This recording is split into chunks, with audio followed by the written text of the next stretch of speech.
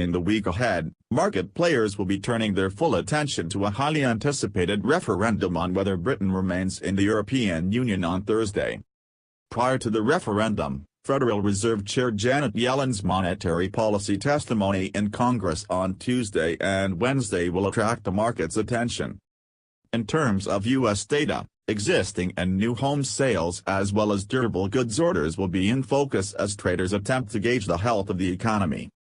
Elsewhere, investors will be looking to Thursday's survey data on Eurozone business activity, as well as a pair of reports on German business confidence, for fresh indications on the health of the region's economy. Ahead of the coming week, Investing.com has compiled a list of the 5 biggest events on the economic calendar that are most likely to affect the markets. 1. British EU referendum. The UK will vote on a referendum to decide if it continues to be a part of the European Union on Thursday, with polls closing at 21:00 GMT. The result will likely be projected early Friday, before the official vote count is announced, based on preliminary vote counts and exit polling. The June 23 vote could have big implications for the global economy. Analysts say if the vote is to leave, the pound could drop sharply, stocks and commodities would sell off, while safe havens, like gold and bonds, will see increased demand. A vote to stay may have the opposite effect, causing a snapback in the pound and risk assets and a sell-off in bonds.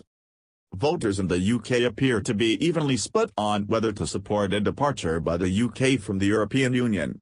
While the Remain campaign held as much as a 70-30 lead several months ago, the Leave vote has surged ahead in several prominent polls last week. 2. Fed Chair Yellen testifies. Federal Reserve Chair Janet Yellen is set to deliver her semi-annual monetary policy testimony on the economy before Senate and House committees in Washington, D.C. on Tuesday and Wednesday. Yellen is scheduled to testify on the economy before the Senate Banking Committee at 14:00 GMT, or 10 a.m. ET, Tuesday. On Wednesday, Yellen will appear in front the House Financial Services Committee also at 14:00 GMT, or 10 a.m. ET. Little news is expected from the Fed chair, after the U.S. Central Bank released updated forecasts on the economy and interest rates following last week's policy meeting. 3. U.S. housing, durable goods data. The National Association of Realtors is to release data on existing home sales for May at 14:00 GMT, or 10 a.m. ET, on Wednesday, amid forecasts for a gain of 1.1% to 5.54 million, following an increase of 1.7% a month earlier. On Wednesday, the Commerce Department is to publish a report on new home sales for May at 10 a.m. ET. The data is expected to show a drop of 8.0% to 565,000, following a jump of 16.6% in April.